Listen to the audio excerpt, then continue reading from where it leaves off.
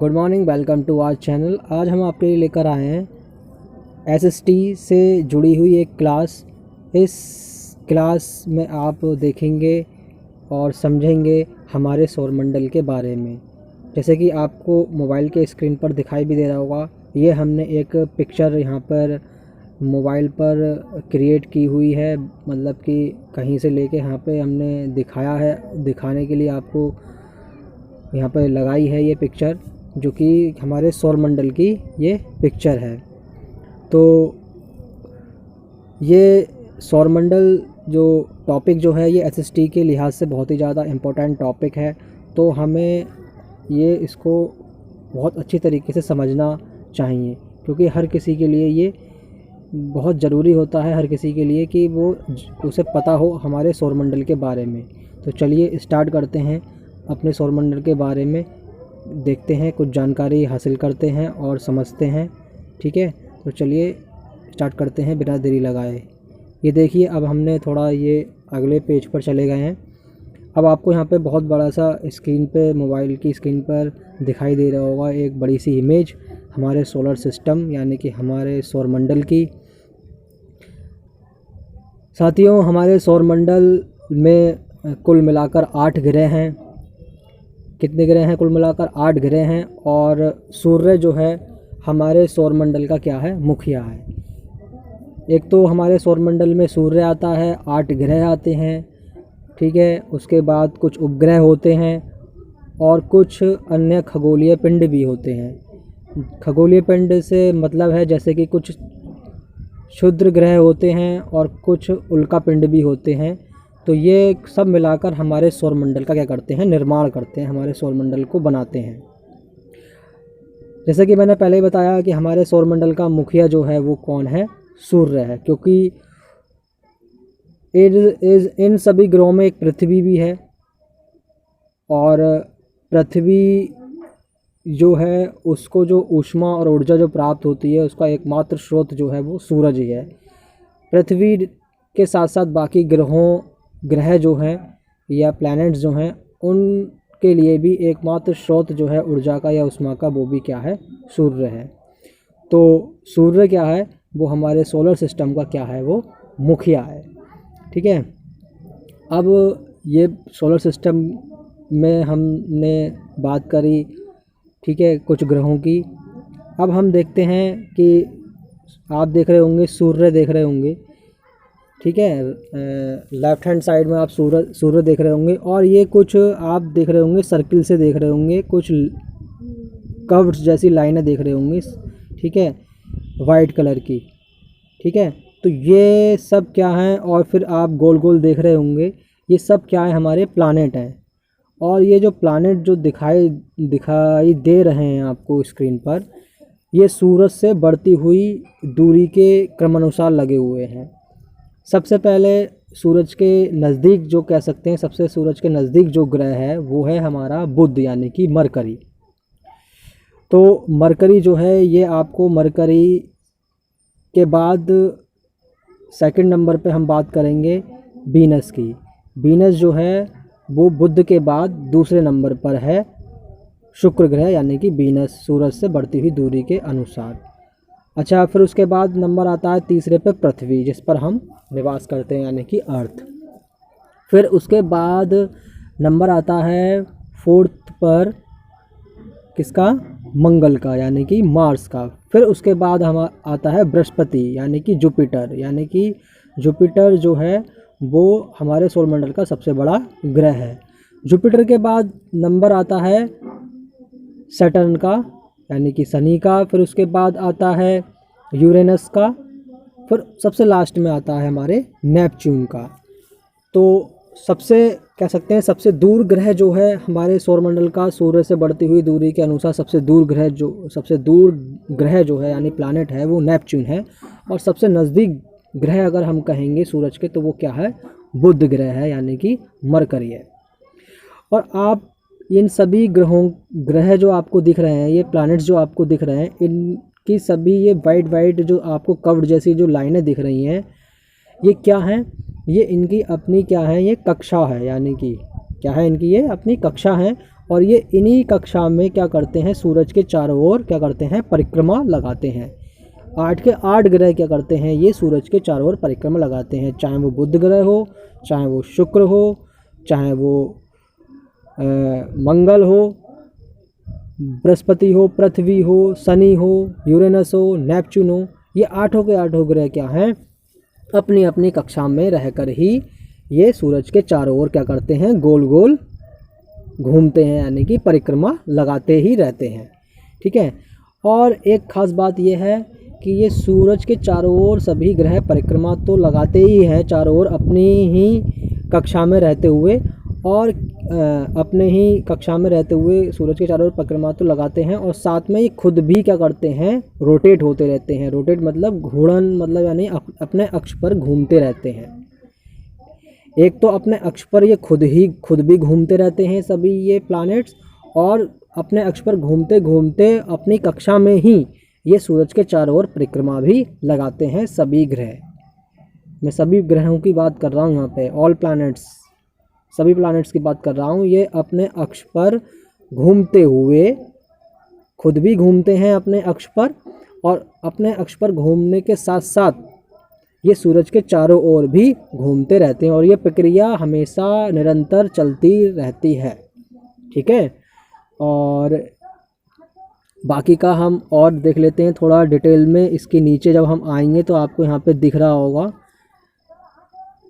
ये देखिए, थोड़ा जूम कर लेता हूँ फिर आपको आसानी से दिख जाएगा आपको। ये रहा नंबर 1 पे जो बुध जो ग्रह जो है, बुध जो है वो सूरज के सबसे ज़्यादा नज़दीक है।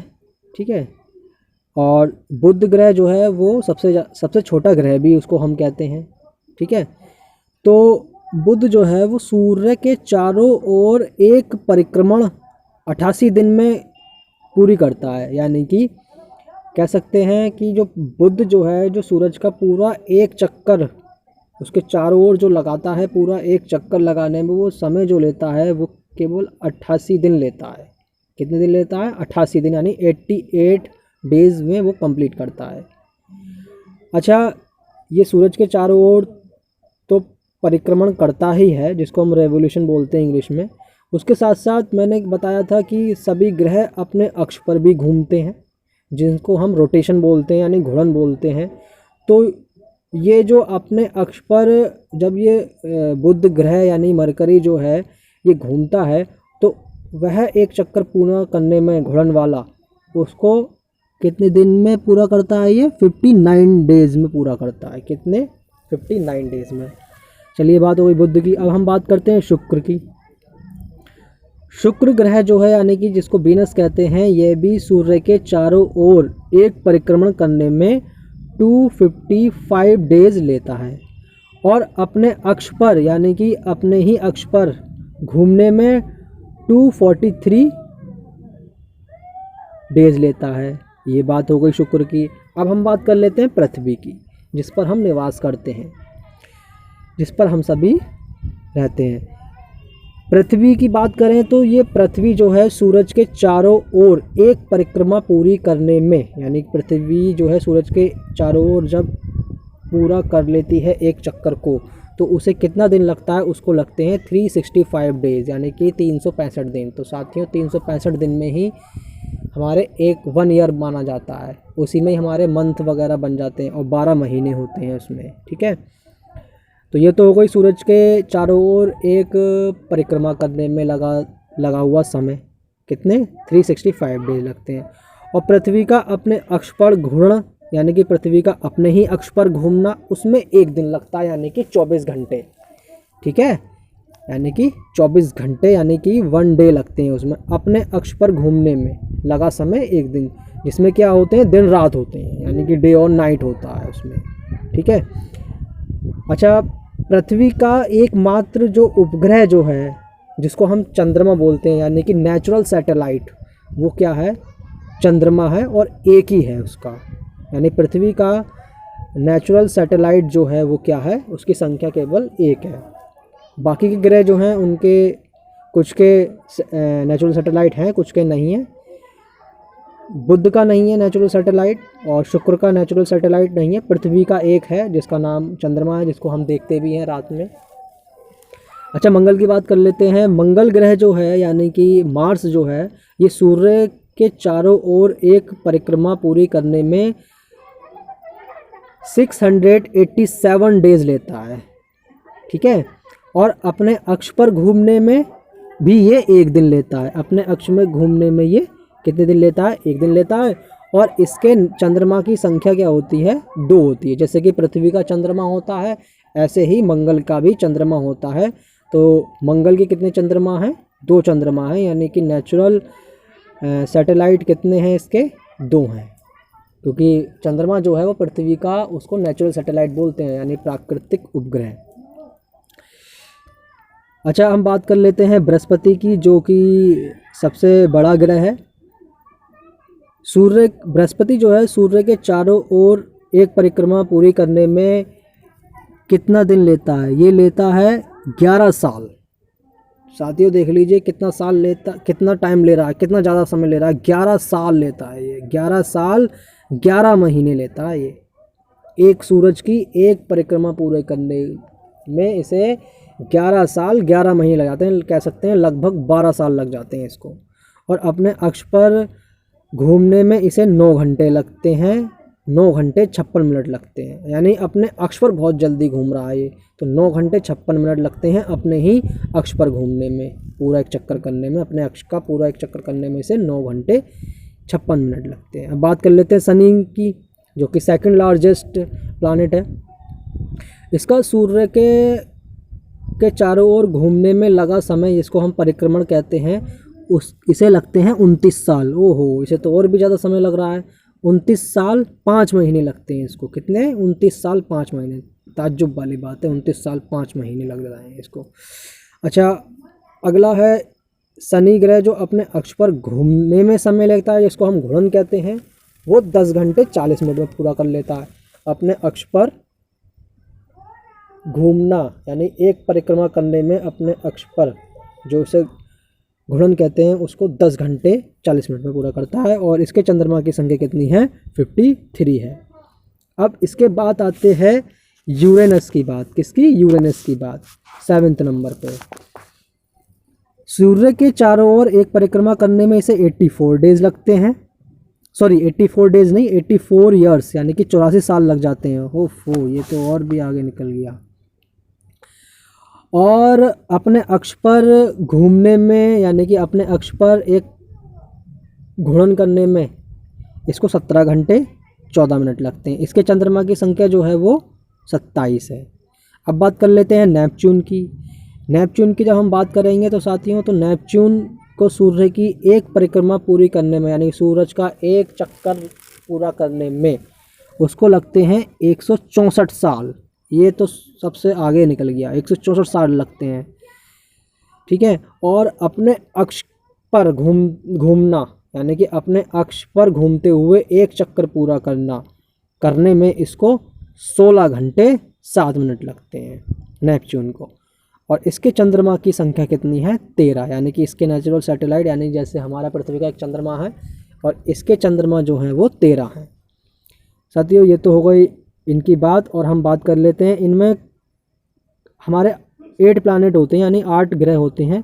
अब इनमें कुछ ग्रह जो होते हैं, कुछ ग्रह तो हम इनको आंतरिक ग्रहों में हम रख लेते हैं, और कुछ ग्रहों को हम ग्रह में रख लेते हैं। यानी कि हम ग्रहों को 2 भागों में बांट लेते हैं, एक आंतरिक ग्रह होते हैं और एक ग्रह ग्रह होते हैं, ठीक है। तो आंतरिक ग्रह कौन कौन से होते हैं? आंतरिक ग्रह वह होते हैं जो सूर्य के बहुत नज़दीक होते हैं।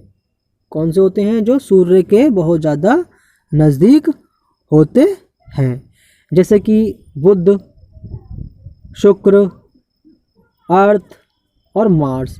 ये क्या होते हैं? ये सूरज के बहुत ज़्यादा नज़दीक हैं, तो ये आंतरिक ग्रह होते हैं।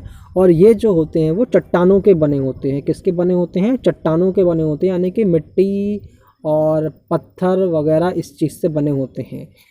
कौन कौन से ग्रह जो मैंने अभी बताए थे आपको? बुध, शुक्र, पृथ्वी, मंगल, ये हमारे आंतरिक ग्रह होते हैं।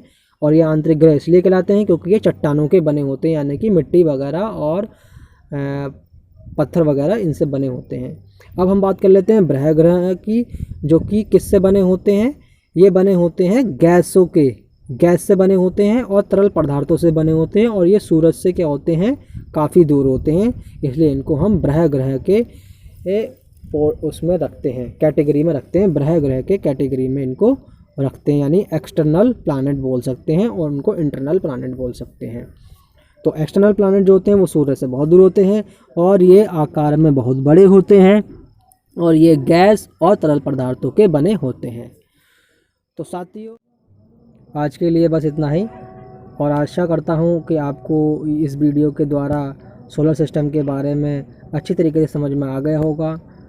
अगर वीडियो आपको अच्छी लगी हो तो इसे लाइक, शेयर और सब्सक्राइब करना ना भूलें अपने दोस्तों के साथ।